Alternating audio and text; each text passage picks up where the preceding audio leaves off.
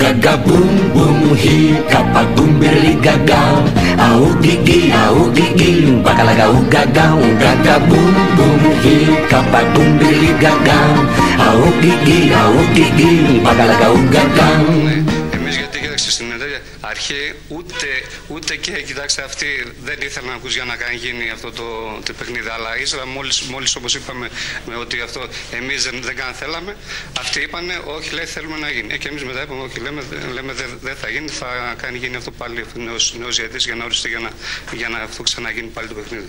Ουγγαγκα μπουμ μπουμ χι καπαγκούμ μπιρλιγκαγκα. Αουγγιγι αουγγιγι μπακαλαγα ουγγαγκα. Ουγγαγκα μπουμ. Και αυτοί ύστερα μετά εμείς αφού είπαμε αυτό θέλουμε, είπαμε δεν θέλουμε, και εμείς το αλλάξαμε και λέμε εντάξει, λέμε ούτε και εμείς θέλουμε, και μετά είπαν αυτοί πάλι ότι ξέρετε εμείς λέει θέλουμε να γίνουμε. Εμείς όμως μετά δεν δεχτήκαμε μετά από όλα αυτά και είπαμε να γίνει μετά το παιχνίδι. Το κάνει με τους χωρίς εγώ.